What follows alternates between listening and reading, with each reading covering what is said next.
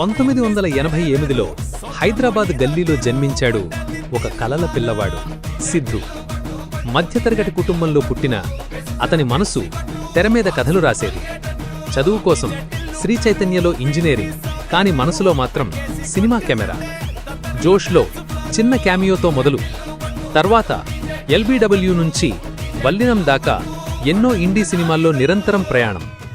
2016లో గుంటూరు టాకీస్తో హరిగా వచ్చి ప్రతి కంటిలో ముద్ర వేశాడు. 2020లో కృష్ణ అండ్ హిజ్ లీలాతో డైరెక్టర్గా మళ్లీ జన్మించాడు. రచయిత, గాయకుడు, నిర్మాతగా మారి తన కలలకి రూపమిచ్చాడు. 2022లో డీజే తిల్లుతో వాతావరణాన్ని మార్చేశాడు.